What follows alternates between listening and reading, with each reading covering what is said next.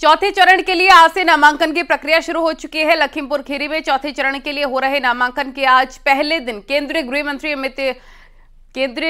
गृह राज्य मंत्री अजय मिश्र टेनी ने पर्चा दाखिल किया और पर्चा दाखिल के बाद केंद्रीय गृह राज्य मंत्री अजय मिश्र ने कहा कि अब की बार 400 पार और यूपी में 80 सीटों पर बीजेपी की जीत होगी। राहुल गांधी और अखिलेश यादव की जोड़ी पर तंज कसते हुए केंद्रीय गृह राज्य मंत्री ने कहा कि 50 साल के लड़कों को कब तक लड़का मानते रहोगे, वो पहले भी फेल हुए थे और इस बार भी फेल होंगे। लोकसभा में पहला नामांकन हुआ है। केंद्रीय गृह राज्य मंत्री ने पहला नामांकन के हमारे साथियों से बात कर रहे हैं। सर, पहला नामांकन कर रहे हैं आपने, कितने वोटों से जीत की इस बार उम्मीद कर रहे हैं? ये देखिए, हम ये सब चीज़ों अंदाज लगाने वाले आदमी नहीं है। हम ठोस धरातल पर काम करते हैं और ठोस धरातल ऐसा है कि लखीमपुर में भारतीय जनता पार्टी बहुत बड़े बहुमत के साथ। सर, अपने विकास के मुद्दों का जनता के पास जाएंगे? जनता का देखिए, अब आप 10 साल में खुद ही देख लो, लखीमपुर में सड़कें बदल गई, 4 नेशनल हाईवे हो गए, मेडिकल कॉलेज हो गया, 200 बेड का मदर चाइल्ड हॉस्पिटल हो गया, हर CSC में 20-20 बेड का वार्ड है। हमारे यहाँ बिजली की पर्याप्त उपलब्धता है, हर गांव तक बिजली की लाइन पहुँच गई। 2 लाख से ज़्यादा परिवारों को हमने फ्री कनेक्शन दिए, 5,48,000 परिवारों को LPG गैस के फ्री कनेक्शन दिए। बड़ी लाइन है, 4 नेशनल हाईवे, ऐसे कितने काम है, बहुत गिनाते कल खीरी यूपी में 2 लड़कों की जोड़ी ने शंखनाद किया है, कितना असर पड़ेगा इस दिन चुनाव में? अगर आप 55 साल और 50 साल से ऊपर के लोगों को लड़के मानते हैं तो ये तो आपका विषय है। 2 लड़के की जोड़ी पहले भी आ चुकी है, पहले फेल हो गई थी, अब उनके फिर से वो खड़े, तो उसमें उनसे सवाल ये पूछिए, कहीं ना कहीं असर डालेंगे? यूपी में कितने सीटें लाएंगे? 80 की 80।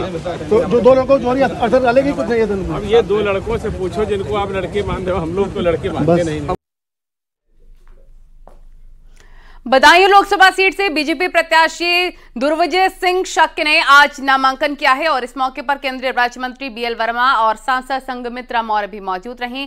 मौजूदा सांसद संघमित्रा मौर्य ने कहा कि इस बार मुकाबला है ही नहीं, जीत निश्चित है और 2019 में कमल खिला था, इस बार भारी अंतराल से फिर कमल खिलेगा। समाजवादी पार्टी के प्रत्याशी आदित्य यादव को लेकर संघमित्रा मौर्य ने कहा कि सपने देखने का अधिकार सबको है। देखिए, मुकाबला है ही नहीं, भारतीय जनता पार्टी की विजय सुनिश्चित है। 2019 में कमल खिला था, टक्कर के बाद में इस बार भारी अंतराल के जीत के साथ में कमल खिलने वाला है बदायूं में। तो शिवपाल के बेटे आदित्य आ गए हैं, वो कह रहे हैं इस बार जो है हम ही जीतेंगे। धर्मेंद्र जी को हरा दिया, मगर हमें हराना बड़ा मुश्किल है। हमारे चाचा सपने देखने का अधिकार हर व्यक्ति को है, चाहे वो आंखें खोलकर देखे, चाहे आंखें बंद करके देखे। सपने देखें, अच्छी बात है, लेकिन विजय सिर्फ भारतीय जनता पार्टी की होगी। चुनावी दौरे पर बदायूं पहुंचे डिप्टी सीएम ब्रजेश पाठक ने जनसभा को संबोधित करते हुए बीजेपी की बड़ी जीत का दावा किया। बीजेपी प्रत्याशी दुर्विजय सिंह शक के समर्थन में रैली करने पहुंचे डिप्टी सीएम ने कहा कि बीजेपी की लहर चल रही है और देश में बीजेपी सबका साथ, सबके विश्वास और सबके विकास के साथ चल रही है। पीएम मोदी इस वक्त पूरे विश्व के सर्वाधिक लोकप्रिय नेता हैं। बीजेपी और बाकी पार्टियों का ट्रैक रिकॉर्ड आपके सामने है।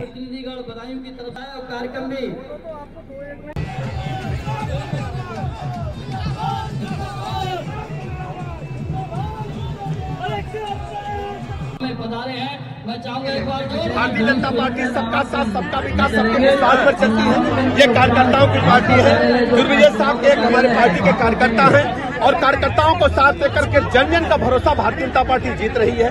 मोदी जी की लहर चल रही है, बीजेपी की लहर चल रही है। जन कल्याणकारी कार्यक्रम, गरीब कल्याणकारी कार्यक्रम जन जन तक पहुंचे, लोगों का भरोसा बीजेपी पर बढ़ा है। बदायूं में बीजेपी जीतेगी। प्रथम और द्वितीय चरण की सभी 16 सीटें बीजेपी जीतने जा रही है। लोकसभा चुनाव में प्रचार ताबड़तोड़ जारी है। आगरा पहुंचे डिप्टी सीएम ब्रजेश पाठक ने एक जनसभा को संबोधित किया। फतेहपुर सीकरी के लोकसभा प्रत्याशी के समर्थन में रैली को संबोधित करते हुए विरोधियों पर जमकर निशाना भी साधा।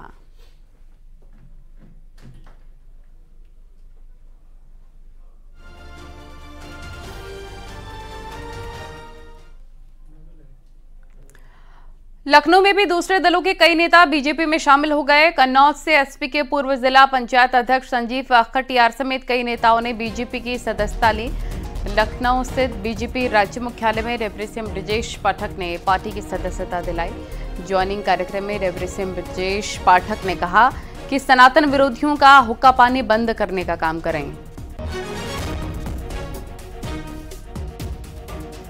समाजवादी पार्टी के कल एक वरिष्ठ नेता का बयान आ रहा था, वो भगवान राम को ही टारगेट पर लिए हुए थे।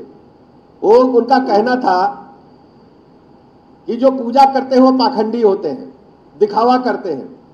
पूरा इंडी अलायंस ही सनातन विरोधी है। में पहले कहते थे जो धर्म विरोधी बात करते थे, समाज विरोधी बात करते थे, उनका हुक्का पानी बंद करने का काम करते थे।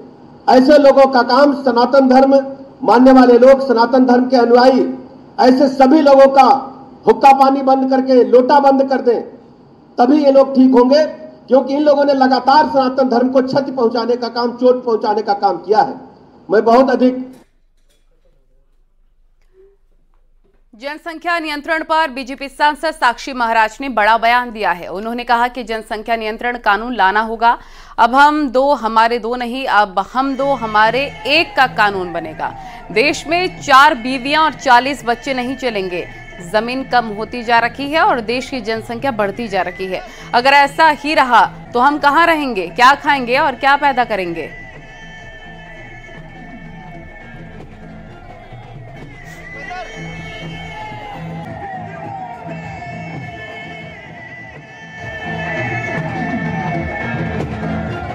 एक नाम है जनसंख्या नियंत्रण कानून।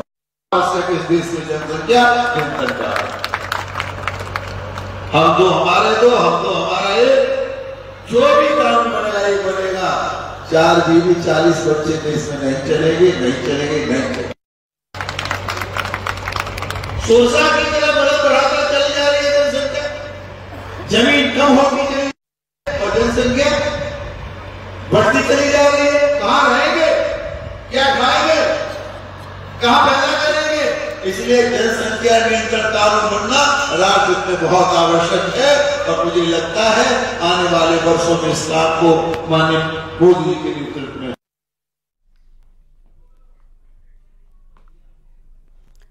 और यहां रुकेंगे एक छोटे से ब्रेक के लिए।